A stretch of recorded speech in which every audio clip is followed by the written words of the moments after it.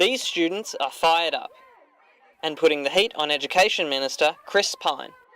It was about saying very clearly to the government that we're not going to stop protesting, we're not going to stop fighting until we see each and every one of their so-called reforms to higher education defeated. Chris Pyne responded to the rally, tweeting, "Does asking students to pay only 50% of their total fees, the rest covered by the taxpayer, really warrant burning effigies?" There was an estimated 1,000 people in protest at Melbourne, nearly half the amount estimated at a rally held earlier this year. Although the turnout at this rally is smaller than in May when the budget was released, NUS Education Officer Sarah Garland is unfazed.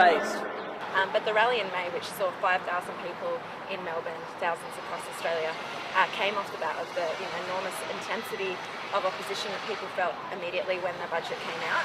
But I think today's numbers were extremely heartening because it shows that despite the fact that the government has put concerted efforts into trying to distract people from the budget, try and take it off the agenda, students are still angry about what the budget means for them. One of the proposed changes to higher education is the abolishment of the Student Services and Amenities Fee. MSA Welfare Officer Paul Harris is concerned what this will mean for student livelihood. It's easy to sort of look at students as a whole and see them as sort of one big group, but if you look down at the individuals, like we often are faced with here in our department, you'll see that these changes could really hurt people. Chris Pyne plans to introduce the Higher Education Bill on the 28th of August. Bill Malloy reporting for Mojo.